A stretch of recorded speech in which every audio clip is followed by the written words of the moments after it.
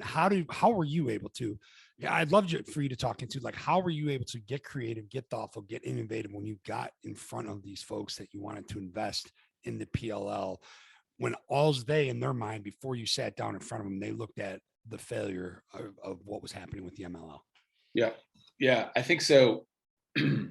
It really, when you start a business, it takes like one foundational investor or partner to believe Mhm. in you, and then everything kind of falls after that. And our foundational partner originally was Rain Ventures, and a partner over there named Blair Ford, who doesn't get the accolades that he deserves, and nor does he want them.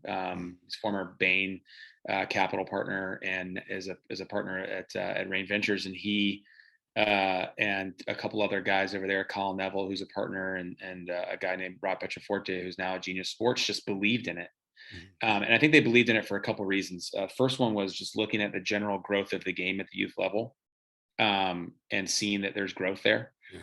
Second one was it already had product market fit. I think when you start a company, you look at, are people going to be receptive to this? And so I talked about the native history around the sport, it being created by indigenous peoples, and it being a game that's been around for 1,000 years, grown in the men's and women's at the high school and collegiate level. If you look at the popularity swing through the 80s and 90s, and then some brand damage happened in the early 2000s with the Duke and UVA scandals, but Mhm. there was a ton of growth happening publicly.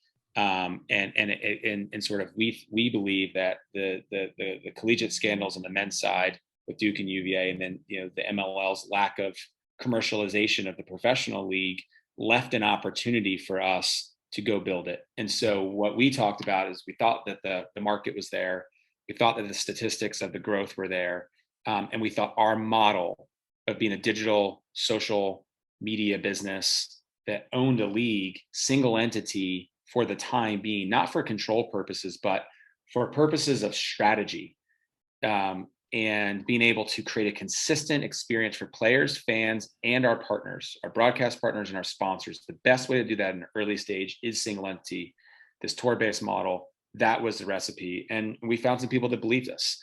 We found Rain that believed us.